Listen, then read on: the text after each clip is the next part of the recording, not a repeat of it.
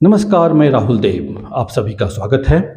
हम आए हुए हैं समेत शिखर यानी सबसे ऊंचा चोटी परमात्मा का, अध्यात्म का। और यहीं पे जैन के 20वें तीर्थंकर पार्श्वनाथ जी को यहाँ पे मोक्ष भी मिला था। और हम जिस जगह में आए हुए हैं, यहाँ पे इसी जगह पे भगवान यहाँ पे तपस्या करते थे, साधना करते थे। और इसी साधना करते करते जीवन के उस परम लक्ष्य को उपलब्ध हो गए, जिसे पाने के लिए लोग हजारों जन्म लेते हैं, फिर भी नहीं मिलते हैं। इसलिए तो उन्हें हम समेत शिखर कहते हैं, यानी जीवन का सबसे ऊंचा स्थान, जिसे पाने में लोगों को जन्मों जन्मों का लग जाते हैं।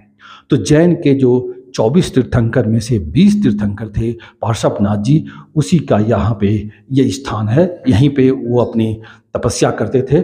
आइए इनसे जानते हैं इनकी विशेषता के बारे में। क्या नाम हुआ आपका? रंजीत कुमार सिंह।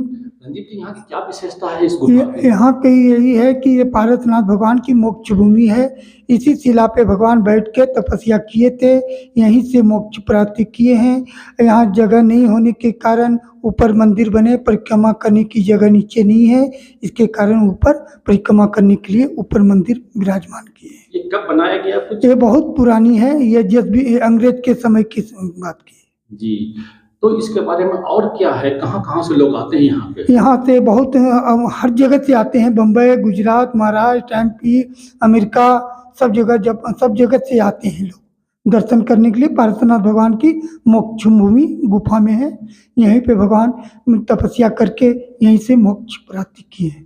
जय जी। यानी यदि हम कहें तो भगवान यहीं पे अपने जीवन के उस पड़ाव पर पहुँचे जहाँ के बाद कुछ होता नहीं है, जहाँ आत्मा परमात्मा से मिल जाता है, फिर न जन्म होती है, फिर न मृत्यु होती है। इसीलिए तो हम लोग उसको दिगंबर कहते हैं, हम लोग उनको तीर्थंकर कहते हैं। तीर्थ मतलब जीवन के सबसे ऊंची शिखर। तो प्रभु पार्श्वनाथ जी भी यहीं पे अपने जीवन के उस उच्चतम शिखर पे पहुँचे।